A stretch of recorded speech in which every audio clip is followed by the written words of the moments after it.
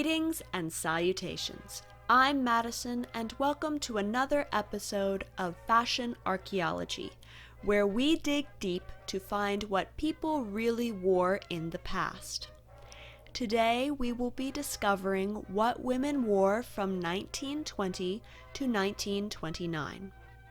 As I was preparing for this video, I was amazed that while this is one of the most beloved decades, it is also sadly one of the most misrepresented and poorly recreated eras of the 20th century. Because of this, there was a great deal of material to talk about, so there will be several episodes on this subject, hopefully shining some light on what women truly looked like in the 1920s. Today, we will be focusing on hair, makeup, and general beauty routines. The 1920s saw a bloom in the beauty industry, with the public's views on makeup changing from scorn to a daily necessity. New products, cosmetic lines, and beauty parlors were popping up everywhere in just 10 years' time. The decade also saw the real selling power of celebrity endorsements. Nearly every company quickly latched on to the idea of stage and film stars promoting their product, guaranteeing the women who purchased them the glamour and beauty of their favorite movie stars. A few of the most successful companies in this decade were Helena Rubinstein, Elizabeth Arden, Max Factor, Maybelline, Coty, and Armand.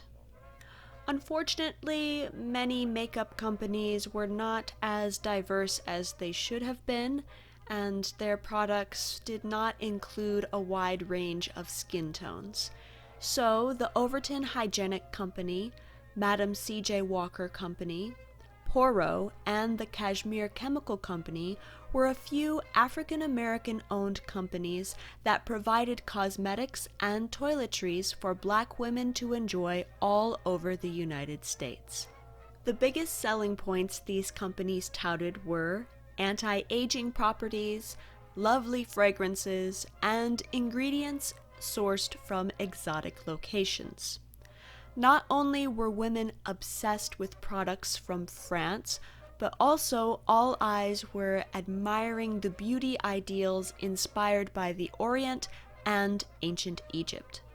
In 1922, archaeologists discovered the tomb of the ancient Egyptian pharaoh Tutankhamun. The excitement over this discovery immediately brought the Egyptian look to the forefront of beauty and fashion.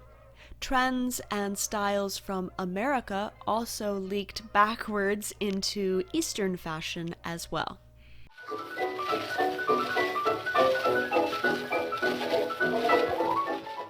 The mindset at this time was that makeup was supposed to enhance what was already present. If a woman had to budget between buying skincare or makeup, she would be advised to invest in skincare instead of makeup. It was the job of skincare products and healthy habits to banish skin problems, not using foundation to cover them. Skincare routines have always been around. However, in the 1920s, companies began to develop more elaborate and detailed routines for women to enjoy, and of course to sell more product. Even though their methods were sometimes faulty, many of the terms, ingredients, and methods for treating the skin are not too distant from the techniques we use today.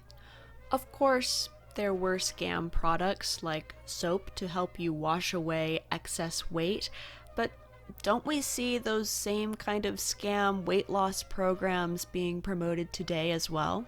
Oddly enough, the process of finding the right products for you was not completely based on your skin type, but also on the face shape and fatness of your skin. If you had a round face, you would use one type of cream, while a thin-faced woman might use another. Face-shaping tools and massaging tools called patters were also quite popular, mostly among affluent women.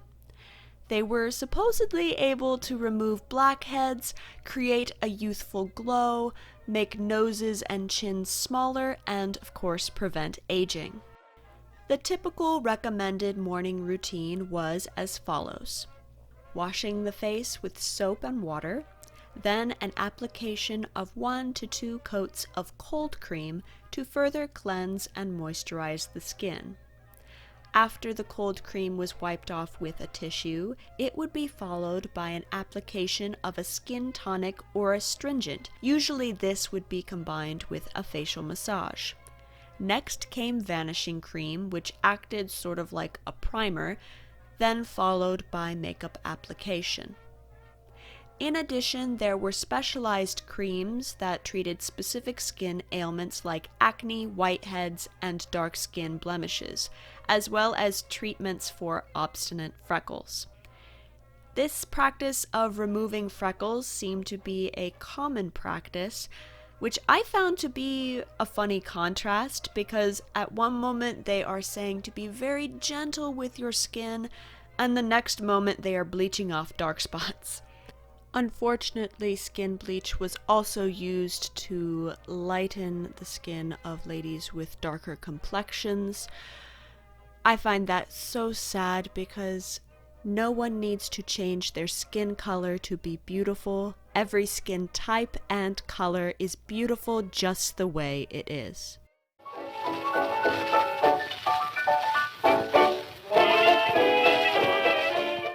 Now, the makeup you see in silent films is not what it seems, and it certainly was not always an accurate representation of what everyday people looked like. The techniques used for film were completely different than what would be worn every day. Cameras were quite sensitive to certain colors, and makeup was used to compensate for these technological quirks. The grease paint used by actors had to be thick to cover blood vessels and freckles, which, if not properly covered, would photograph black. The everyday makeup, however, was much lighter and cleaner. Before, a woman would make up her face in the privacy of her bedroom, almost as a secret to be hidden. But now women all over could just whip out a compact and show the world unashamedly that she was indeed wearing makeup. These compacts became an essential accessory and a part of women's identity. As the decade progressed, the quality of makeup vastly improved, and more shades became available. Technique was taught through magazine articles, in beauty parlors, and even in cinemas, which ran short film tutorials showing how to apply makeup to the face and how to style hair. Please note that not all women jumped on the makeup train. Many stayed barefaced or applied just a subtle amount. Some could not afford store-brand products, so they resorted to creating their own homemade concoctions to recreate the imagery that they were seeing on the silver screen and in magazines.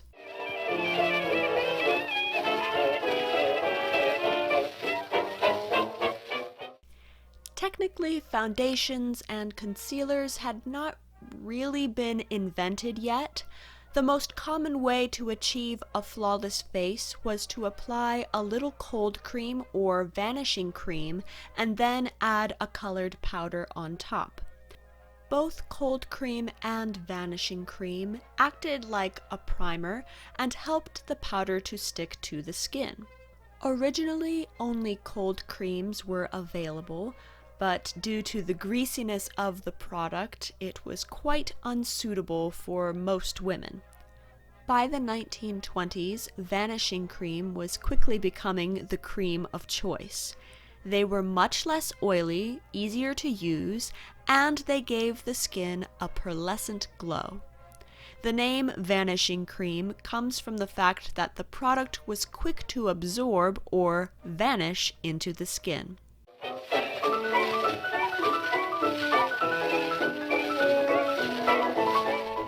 Most companies only had 7 to 12 shades of powder. Some had even less, and were produced in various grades loosely referred to as light, medium, and heavy. The most common shades were white, natural, flesh brunette, and a color called Rachel, which might have been a reddish-brown color. Unfortunately, many face powder formulas were in desperate need of quality control and consistency control. Some powders changed color after they had oxidized on the skin for a while, and even worse, some powders would be different in consistency and color from batch to batch. Face powder was heavily applied using a soft round puff made of lamb's wool or swan's down. Then the excess was brushed off with a special powder brush or a separate clean powder puff. Some women even experimented a little bit and used several colors of rouge and powder together to contour different parts of their face. One of the biggest beauty debates in the 1920s was about the suntan. Actors and more traditional people clung to the idea of porcelain skin untouched by the sun, while flappers were eagerly going out to get a tan because it represented luxury, lounging about on yachts and in sunny Californian mansions. It meant that that person was sporty and spent a lot of her time outdoors. While makeup experts warned against wearing too much powder that would make someone look like a ghost, skin experts were trying to warn women of the damaging effects of too much sun. So young American flappers who wanted a sun-kissed glow without damaging their skin would wear a light brown or red tinted powder. Throughout Asia, the long-standing beauty standard of maintaining porcelain skin persisted, and some women went as far as to wear white face powder. Again, for Black women, there was a limited selection of colors. Black-owned cosmetic companies tried their best to provide enough colors, but even then, the color selection was quite limited. Usually there was only a toasted chestnut color, a bronze shade, chocolate brown, tan, high brown, which I'm guessing was a lighter brown, and Spanish rose, which again I'm guessing was a red-based brown color.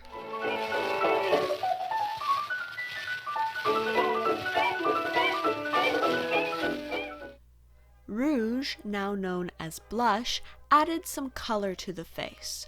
A generous application was common to give the wearer a cheery, warm, and glowing look to the face, like they had just come in from some rigorous outdoor activity. Rouge was available in several consistencies. You could get it in powder, paste, or cream. It was applied on the apples of the cheeks with the fingers or with a little powder puff in a big circle to round out the face. Some young women might also put some on their knees, the tips of their ears, or down on their chest. The colors available were orange red, berry red, a rose red, and tangerine. Orangey reds were more popular in the latter half of the 20s, while berry reds were more popular in the early 20s. Beauty books and magazine articles advised women to match their lipsticks with their rouge colors. To get a perfect match, some women used their lipstick to substitute for a rouge, and vice versa.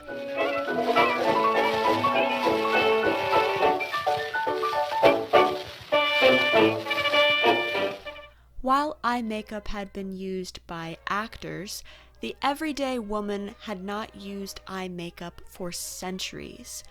Leading up to the 1920s, women might have had a very subtle amount of mascara or had not worn anything on her eyes at all. With the Egyptian revival and the makeup industry booming, women's eyes were opened to a whole new selection of makeup products to play with. In this decade, eyebrows tended to be thin, some going as far as shaving off their brows completely and then redrawing them in.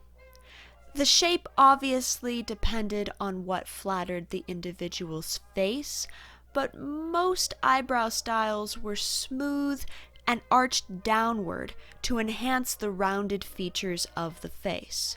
Eyebrows could be shaped by a pencil or with the same product used to treat the eyelashes. Early forms of mascara and brow products were made of burnt cork or coal mixed with a petroleum jelly. Maybelline was one of the first and most noteworthy companies to specialize in creating mascara. Mascara came in two forms, a liquid goop or a cake, the latter being the most popular and easy to use. Cake mascara was a hard cake that looked like a bar of soap and required wetting with water to activate the product. The downside was that these mascaras were in no way waterproof and could easily come off with sweat or tears. Liquid mascaras did not need water to be applied like cake mascaras did, but they were affected by tears and perspiration as well. Other problems included the lashes sticking together, lashes becoming brittle when dry, and flakiness. Mascara was applied to both the top and bottom lashes, with extra emphasis being placed on fullness and length. False lashes also existed at this time, but they were not very popular, practical, or comfortable to wear. There are many stereotypes about the 20s, and so many of them are quite misinformed. One of the biggest stereotypes and misunderstandings about the 20s is the eyeshadow. Everyone thinks of the 1920s being this decade where all women wore heavy, dark black eyeshadow, smudged and messy all over the place, when in reality, even women who wore heavy eye makeup did not have this harsh, dark look that people think of today. Mostly women wore eyeshadow in the evening, and in the daytime it was very subtle and quite light.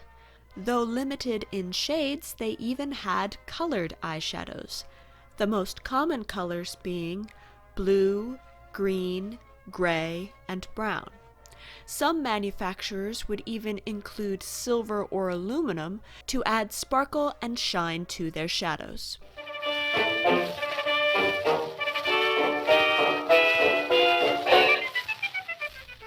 Lipstick by far was the most popular makeup product.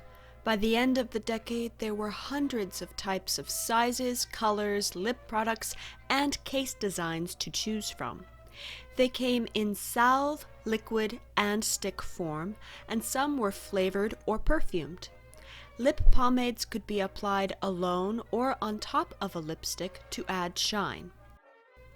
Lip products were most commonly applied with the fingers, and then touched up with the actual lipstick throughout the day. For extra precision, there were also a few lip pencil options available as well.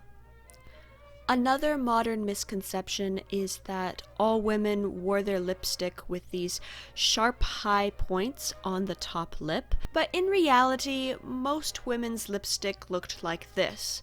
Soft and rounded with just a more subtle emphasis on the top lip.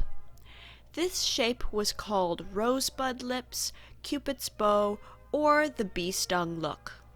Like I mentioned earlier, there were so many colors to choose from, and like today, the choice depended on the coloring of the individual.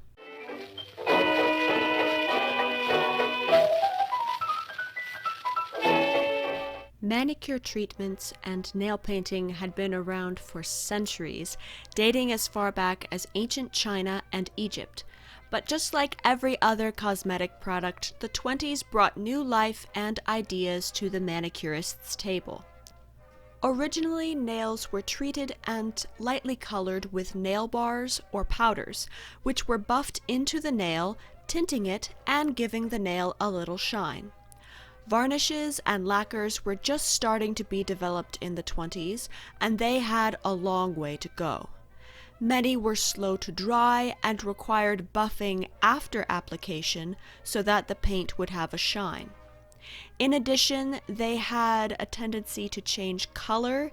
Even clear polish might take on an ugly brown shade over time.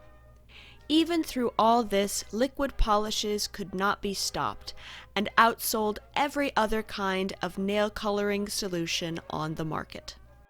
Oddly enough, at this time, painting the whole nail a solid color was considered ugly, and the only time the whole nail was painted was with a clear varnish.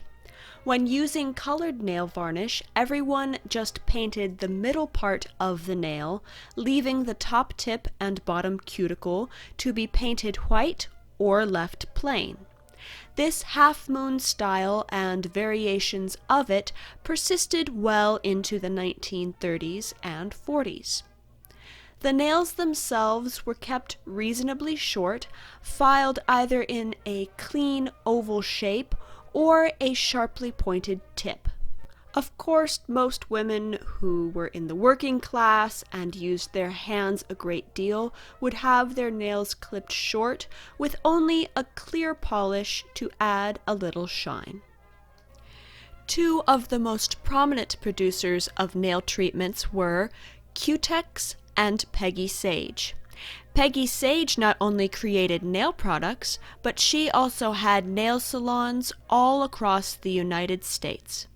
And every time you bob it, you're breaking God's command. You cannot bob your hackers and reach the glory land. Probably one of the most recognizable and controversial characteristics of the 1920s was the bob haircut. Interestingly enough, this trend was not started in the 1920s, but actually in 1915 by dancing superstar Irene Castle. After Castle chopped off her hair, women all over wanted to imitate her and get the Castle bob. But the bob did not end there. In 1920, the Saturday Evening Post published F. Scott Fitzgerald's short story, Bernice Bobs Her Hair, which tells the tale of a young lady who bobs her hair and is transformed into a vampy flapper. This short story became a symbol and inspiration for young women, and by 1921, the bob was spreading like wildfire, as more and more actresses and designers like Coco Chanel made the big chop. It was talked about everywhere, in film, in radio, in magazines and newspapers. As with many new trends, there was much superstition, skepticism, and criticism over the new look. Doctors claimed that women who cut their hair would go bald, and shop owners fired saleswomen who cut their hair short.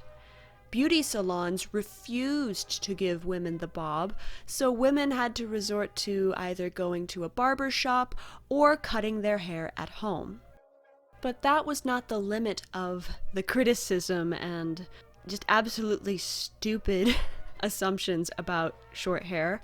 Some people took it even farther, stating that bobbing the hair would be a justifiable reason for divorce, it would lead to insanity, and that God wouldn't let them into heaven, which is not true at all.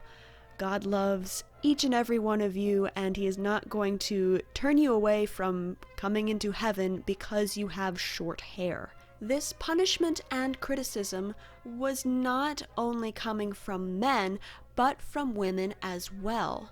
In the early days of the 1920s, many women looked down upon other women with short hair, calling them hussies or too boyish to be taken seriously. But soon, everyone began warming up to the new look.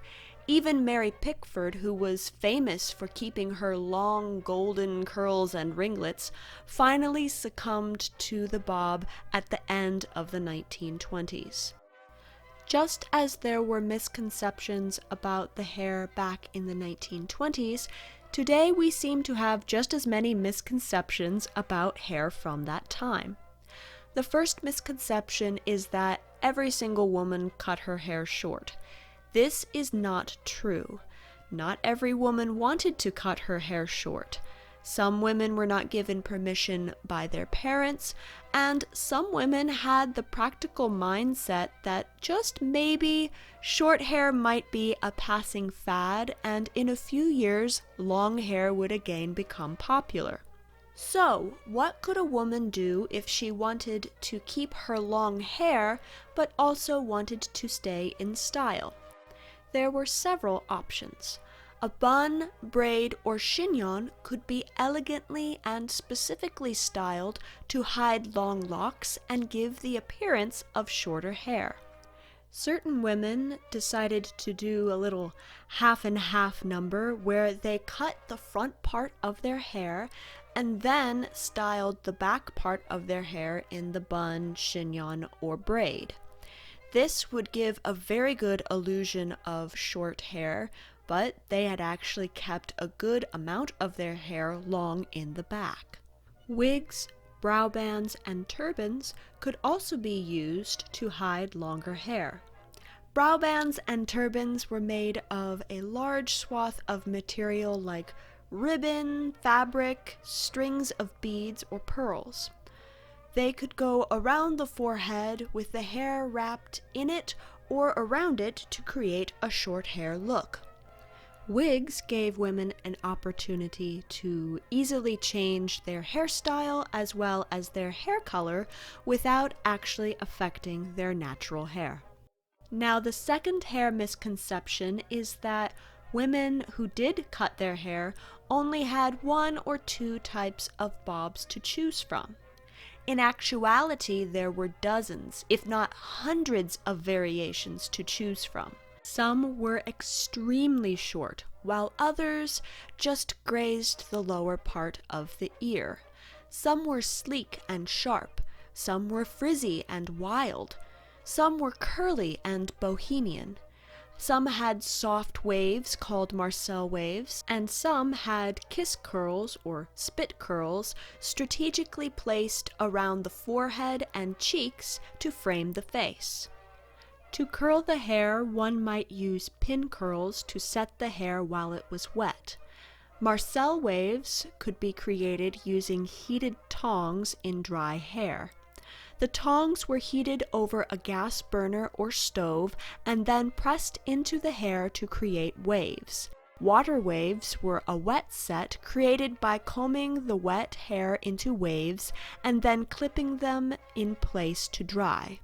In the morning, you would have soft, beautiful waves in place. The kiss curl or spit curl, as the name suggests, was set by using spit to style the curls around the face and keep them in place.